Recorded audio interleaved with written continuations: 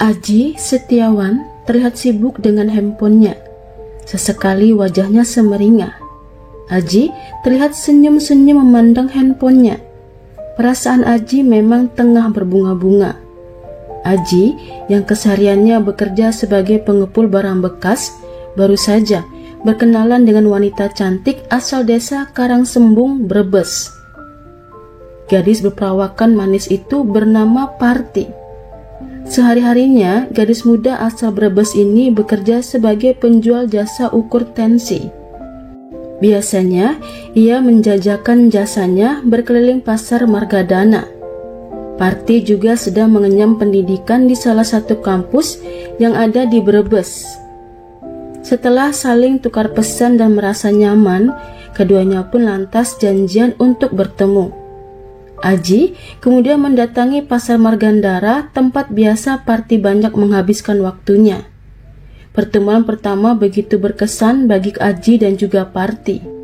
Terlebih Aji sangat pandai merayu Parti. Selang beberapa bulan berpacaran, Aji pun menyewakan rumah kos untuk Parti. Ia ingin Parti tidak perlu mondar-mandir kerja, kuliah, dan pulang ke rumahnya.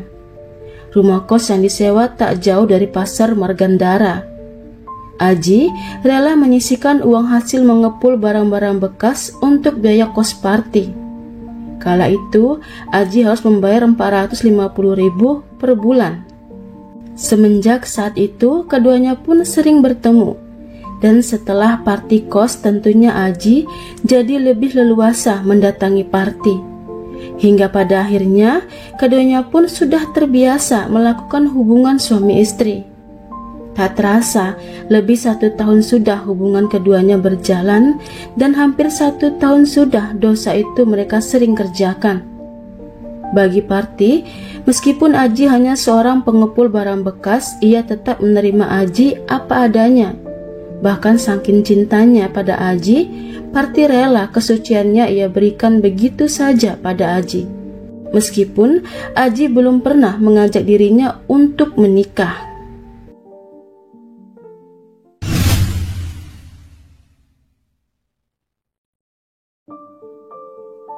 Pada bulan September 2021, Parti mengadu pada Aji jika ia sudah hamil. Aji sempat kaget, namun ia lantas berjanji kepada Parti akan segera menikahinya. Parti yang awalnya gelisah lantas berterima kasih pada Aji. Aji memang benar-benar menepati janjinya. Bersama ayahnya, Aji mendatangi rumah Parti. Di sana mereka hanya bertemu ayah Parti. Ayah Parti dan Aji sepertinya tak mempermasalahkan biaya pernikahan.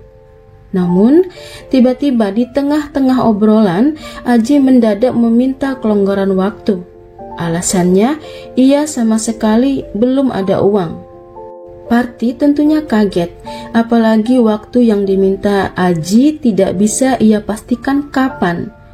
Parti tentu takut jika keluarganya bakal tahu jika ia lagi hamil.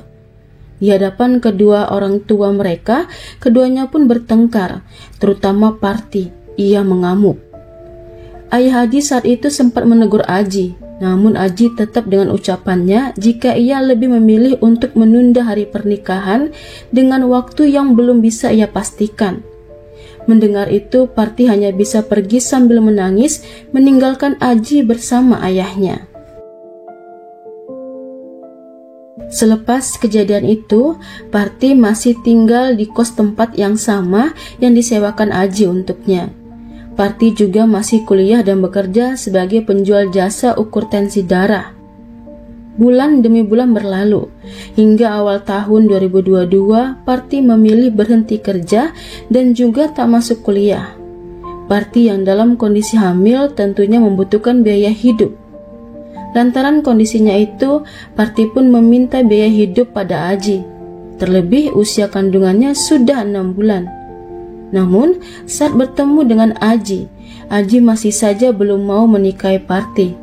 Alasannya masih sama, belum ada uang. Bukan hanya itu saja, ternyata Aji saat itu hanya memberi Parti uang sewa kos saja. Namun ia janji, jika ada rezeki lagi, ia akan berikan pada Parti. Mendengar itu, Parti pun ngamuk. Lantaran sudah saking kesalnya, ia pun mengatakan pada Aji jika ia menyesal telah memilih Aji. Harusnya ia memilih mantannya saja yang lebih berkecukupan. Tak seperti Aji, hanya bermodalkan mulut gombal dan sering ingkar janji. Bahkan omongan Aji sering tak bisa dipegang. Mendengar omelan Parti, Aji hanya bisa tertunduk diam.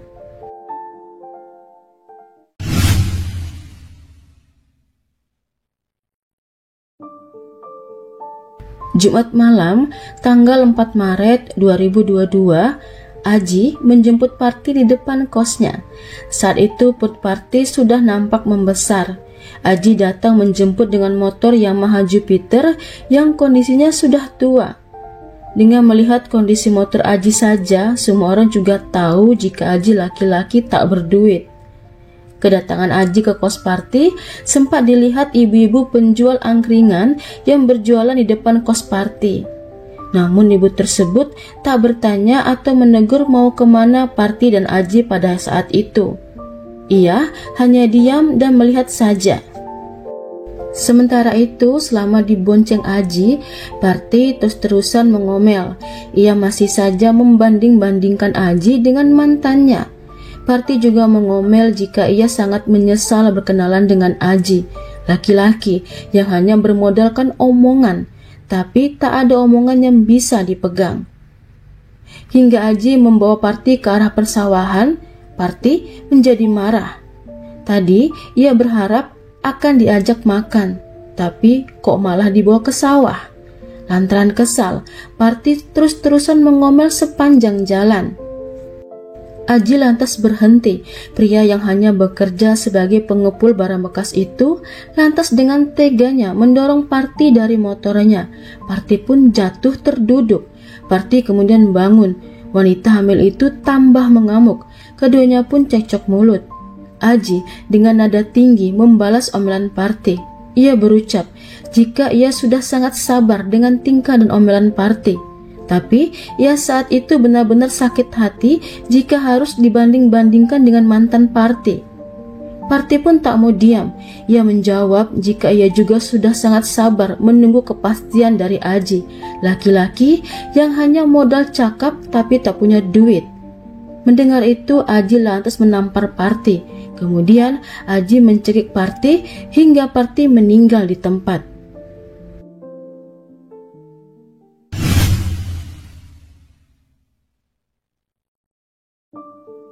Sadar jika Parti sudah meninggal, Aji malah dengan teganya menyeret jasad Parti dan kemudian membuang jasad Parti ke aliran irigasi sawah. Lantas ia pun pergi. Sepanjang di atas motornya, Aji terus-terusan berpikir bagaimana caranya agar ia tak ditangkap polisi. Ia pun memutuskan untuk kembali ke kos Parti. Setibanya di sana, ia berpura-pura bertamu ke kos Parti. Ia bahkan mengetuk pintu dan memanggil-manggil Parti. Agar lebih kuat membangun alibi, Aji sempat mengetuk pintu tetangga Parti. Kepada tetangga Parti itu, Aji bertanya kemana perginya Parti, mengapa tidak ada di dalam rumah. Setelah itu, ia pun pulang ke rumah. Esok paginya, tanggal 5 Maret 2022, sekitaran pukul 6.30, warga desa Sumur Panggang Tegal dibuat geger setelah penemuan jasad wanita hamil di aliran irigasi sawah mereka. Warga saat itu tak mengenali korban, hingga ada salah satu warga mengenali jika jasad itu milik Parti.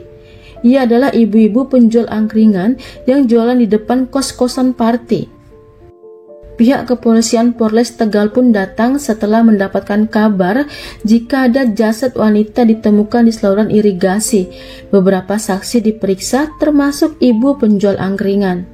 Kepada penyidik, ibu tersebut bercerita jika tadi malam ia melihat korban dijemput laki-laki. Laki-laki itu naik sepeda motor.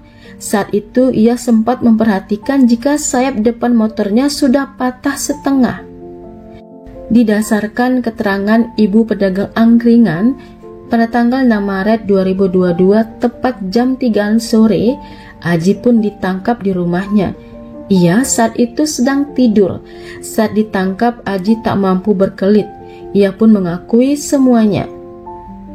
Atas perbuatannya, Aji lantas dijerat pasal berlapis, antara lain pasal pembunuhan 340 dan 338, serta pasal 80 perihal pelindungan anak. Pasal itu dikenakan pada Aji lantaran anak yang ada di dalam kandungan Parti. Aji pun dituntut 20 tahun penjara atau penjara seumur hidup, atau bahkan bisa saja dikenakan hukuman mati.